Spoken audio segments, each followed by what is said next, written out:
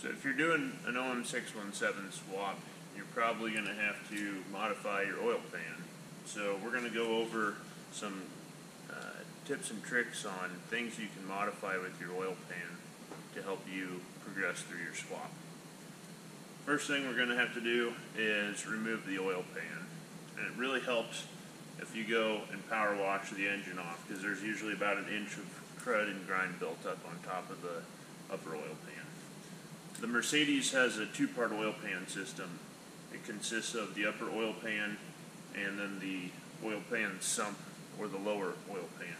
So the sump is what we're going to modify here. So to remove that, it takes a 5mm Allen bit to get into the socket head cap screws. And the most important thing is taking a pick, and you gotta clean all the crap out of those Allen head bolts. You want to make sure this bit is fully seated in every single bolt that you go to remove. If you only get half of this inserted into that bolt, that's when you'll start stripping bolts out. So there's 19 bolts to remove. I wouldn't recommend using power tools. I'd use a hand wrench. Once you get the oil pan removed, we're going to go ahead and clean out every single thread with a tap. So this is an M6 by 1.0. You'll be really careful. These are pretty delicate threads. Yes, 19 is a lot, but you're going to thank yourself big time when you get these cleaned out and you go to install your new hardware. Since these are exposed to the top, they're a through hole.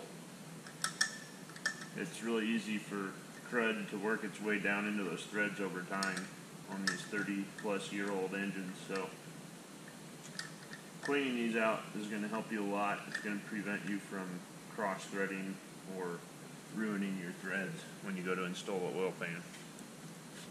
Once you get all 19 threads cleaned out, we'll work our way down to the bottom and get that oil pickup removed. Once you get the oil pan off, this is what you'll see.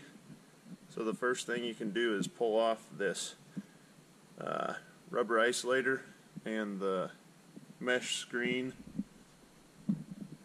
And the next thing you'll do is locate your 6 bolts holding the pickup on. You'll actually have to rotate the crankshaft to get the rotating assembly out of the way so you can fit your wrench onto some of the bolt heads. So you take a 10mm headed wrench.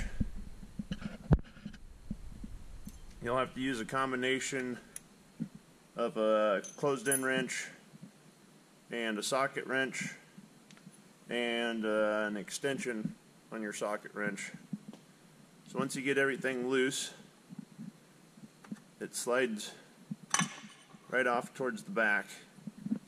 This spur gear slides out on the bottom. The front one's attached to the oil chain, but the bottom one slides out, so make sure that stays in there. And we're done on this end.